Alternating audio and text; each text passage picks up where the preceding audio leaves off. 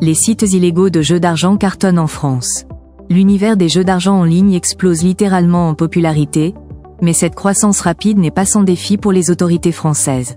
Alors que les plateformes non régulées se multiplient, le marché des jeux d'argent en ligne illégaux s'étend, échappant au contrôle et aux réglementations établies. Cette situation soulève des inquiétudes légitimes sur la protection des joueurs et entraîne une perte de revenus fiscaux pour l'État. Face à l'essor de ces sites, qui attirent chaque jour de plus en plus d'utilisateurs, il est essentiel de comprendre les raisons de cette explosion et d'explorer les mesures que la France met en œuvre pour lutter contre ce phénomène préoccupant. Évolution du marché des jeux d'argent en ligne en France. Depuis l'ouverture du marché des jeux d'argent en ligne en 2010, la France observe une inquiétante tendance.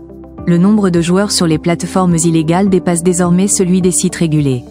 Selon l'Autorité nationale des jeux, ANJ, environ 4 millions de Français se tournent vers ces sites non autorisés, contre 3,6 millions pour les services légaux.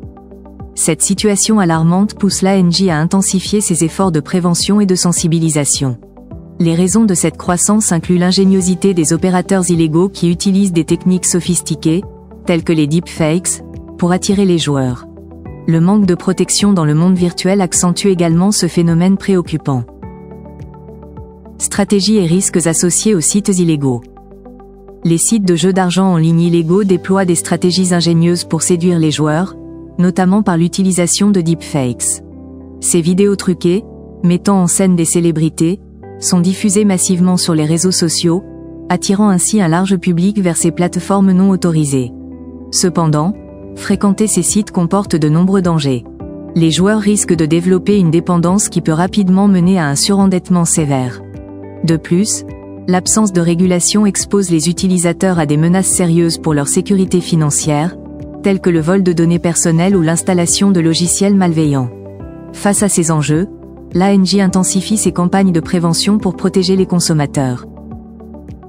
Réponses réglementaires et défis futurs. L'Autorité nationale des jeux, ANJ, a intensifié ses actions pour contrer le jeu illégal, notamment à travers la campagne « 100% gagnant » et le blocage de sites illicites.